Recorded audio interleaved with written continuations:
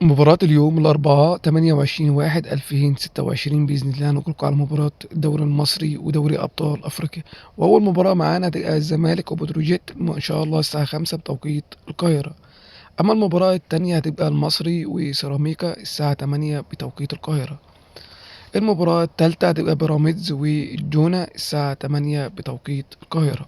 ندخل على دوري أبطال أوروبا، نابولي وتشيلسي المباراة الساعة 10 بتوقيت القاهرة والساعة 11 بتوقيت السعودية والساعة 9 بتوقيت المغرب والجزائر وتونس.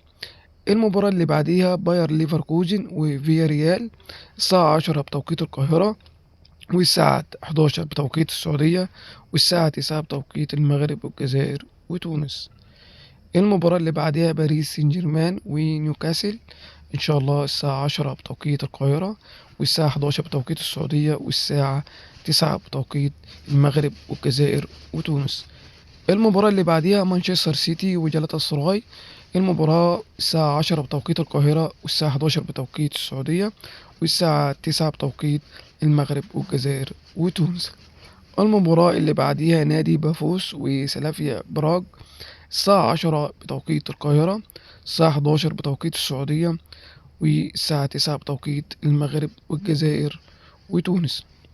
المباراة اللي بعديها أياكس أمستردام وأولمبيكوس الساعة 10 بتوقيت القاهرة والساعة 11 بتوقيت السعودية والساعة 9 بتوقيت المغرب والجزائر وتونس. المباراة اللي بعديها ليفربول وكرباج أقدام الساعة 10 بتوقيت القاهرة، الساعة 11 بتوقيت السعودية والساعة 9 بتوقيت المغرب والجزائر وتونس. المباراة اللي بعديها أتلتيكو مدريد وجلميت الساعة 10 بتوقيت القاهرة والساعة 11 بتوقيت السعودية والساعة 9 بتوقيت المغرب والجزائر وتونس.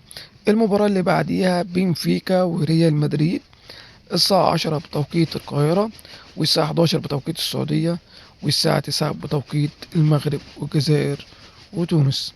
المباراة اللي بعديها أتلتيكو بلباو ولشبونة الساعة 10 بتوقيت القاهرة، الساعة 11 بتوقيت السعودية والساعة 9 بتوقيت المغرب والجزائر وتونس. المباراة اللي بعديها بروسيا دورتموند وانتر ميلان إن شاء الله الساعة 10 بتوقيت القاهرة والساعة 11 بتوقيت السعودية والساعة 9 بتوقيت المغرب والجزائر وتونس.